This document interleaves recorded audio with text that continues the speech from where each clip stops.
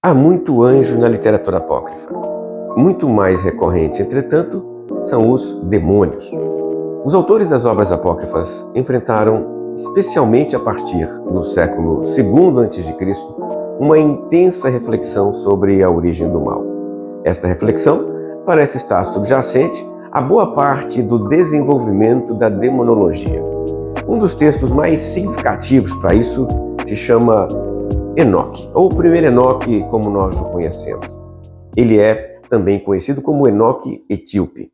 O ponto de partida desta longa tradição enóquica parece ser uma interpretação peculiar do relacionamento entre filhos de Deus e filhas dos homens, que aparece lá em Gênesis 6, versículos 1 a 4. Estes 4 versículos deram origem a uma das mais populares tradições demonológicas do judaísmo.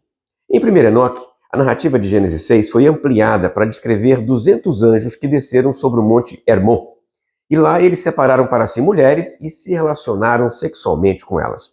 Como resultado, elas engravidaram e deram à luz gigantes famintos que comiam tudo que encontravam pelo caminho, quer gente, quer animal. Os anjos caídos também transgrediram os desejos divinos ao revelar para a humanidade mistérios que deveriam ficar escondidos dos seres humanos, tais como a arte da metalurgia e dos cosméticos. Finalmente, as pessoas pediram socorro aos céus, que enviou a ajuda por meio dos arcanjos Miguel, Uriel, Rafael e Gabriel. O arcanjo Rafael foi responsabilizado por amarrar Azazel nas trevas até o dia do juízo e não permitir que os segredos revelados destruíssem a humanidade. Gabriel foi enviado para cuidar dos gigantes descendentes dos anjos e das mulheres. O Miguel foi comissionado para amarrar Semjasa e seus seguidores até o dia do juízo final, quando então seriam lançados no abismo de fogo. E o Uriel? Bom, este devia ser apenas o supervisor, já que não há nenhuma rotina específica para ele no livro. Segundo esta tradição, quando os gigantes morreram, eles se tornaram os maus espíritos que afligem a humanidade.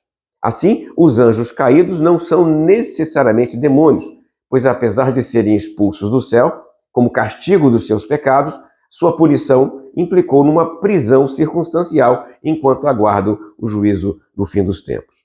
O relato de 1 Enoque, então, nos informa que estes gigantes mortos, na forma de espíritos maus, possuem a permissão divina para praticar suas atividades demoníacas na Terra. O livro de Jubileus recorre igualmente a essa tradição para tratar da origem do mal. A versão de Jubileus é parecida com a encontrada em Enoque, mas difere em alguns detalhes. Segundo Jubileus, alguns anjos foram enviados para a terra para instruir os seres humanos e punir a injustiça.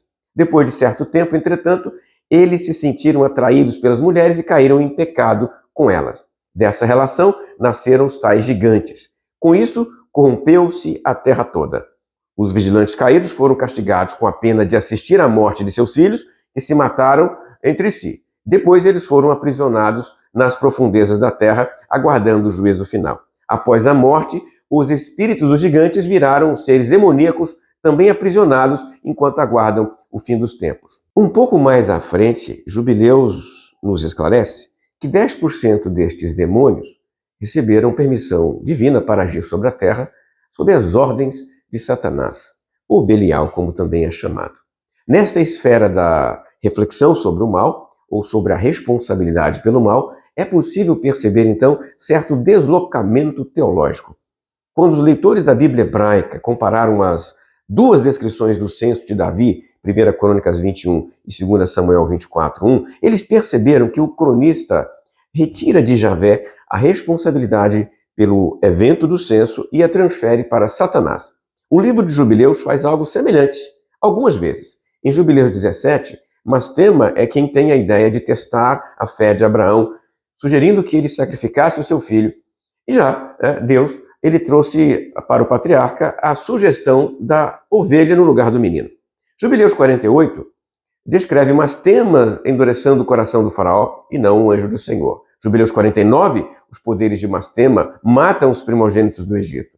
Em todas estas referências, uma ação da Bíblia hebraica atribuída a Javé é agora atribuída a Mastema, isentando Deus da responsabilidade do mal, deixando Deus como a fonte indireta.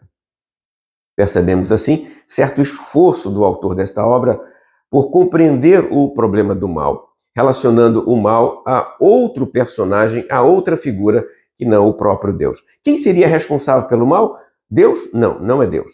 Seriam anjos que ele criou, que caíram, e desta forma estes anjos são responsabilizados pelo mal. Pois bem, no tempo do Jubileus, esta imagem de Deus como agente do mal lá do Antigo Testamento não era mais aceita. Os rabinos agora refletiam sobre o mal à luz do conceito de onipotência divina, o Senhor poderoso sobre todas as coisas, e não atribuem mais o mal à pessoa de Deus. Eles ainda preservam o monoteísmo, mas entendem que dentro da esfera de atuação dos seres, há alguns seres que receberam autonomia para agir de forma própria e peculiar, neste caso, se afastando de Deus. Para o autor de Jubileus, pelo menos alguma responsabilidade, entretanto, também deve ser dada à humanidade. Os anjos caídos não são os únicos responsáveis.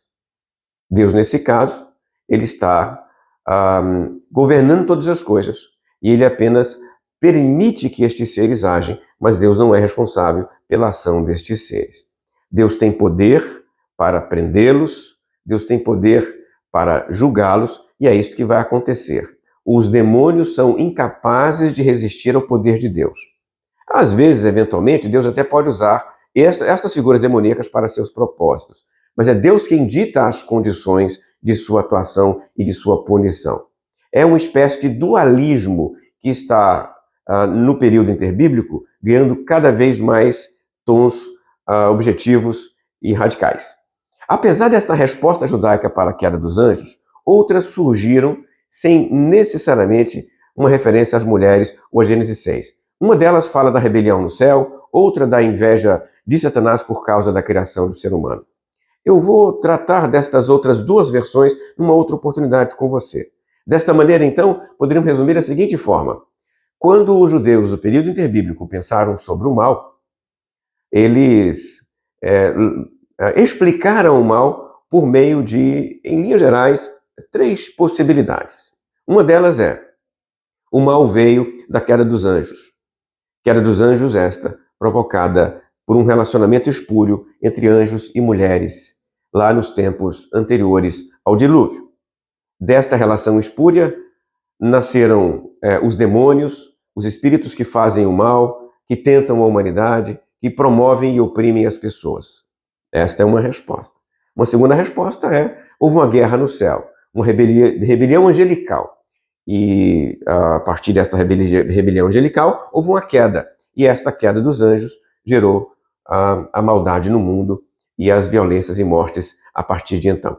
E uma terceira resposta vincula o mal no mundo a partir da inveja de seres angelicais, da criação do homem. Os anjos foram demandados para celebrar a criação, foram demandados para celebrar a criação do homem e da mulher. Alguns, liderados por Satanás, ficaram com ciúme e inveja, não fizeram isso e ainda provocaram a queda do homem e da mulher, consequentemente dando origem à maldade humana e às mazelas que o ser humano enfrenta a partir de então. Essas 3 principais hipóteses podem ser encontradas na literatura apócrifa, você encontra isso em textos diferentes e nós podemos ver isso numa outra oportunidade. Se você gostou deste vídeo, eu vou pedir a você aí para dar o seu joinha, para você se inscrever no canal e para fazer um comentário aí embaixo sobre o que você achou. Tem alguma dúvida? Pergunte aí, nós podemos conversar no momento oportuno. Você pode também encaminhar esse vídeo para quem você acha que gosta deste tema ou poderá gostar deste assunto. Eu vejo você numa próxima. Até lá, se Deus quiser.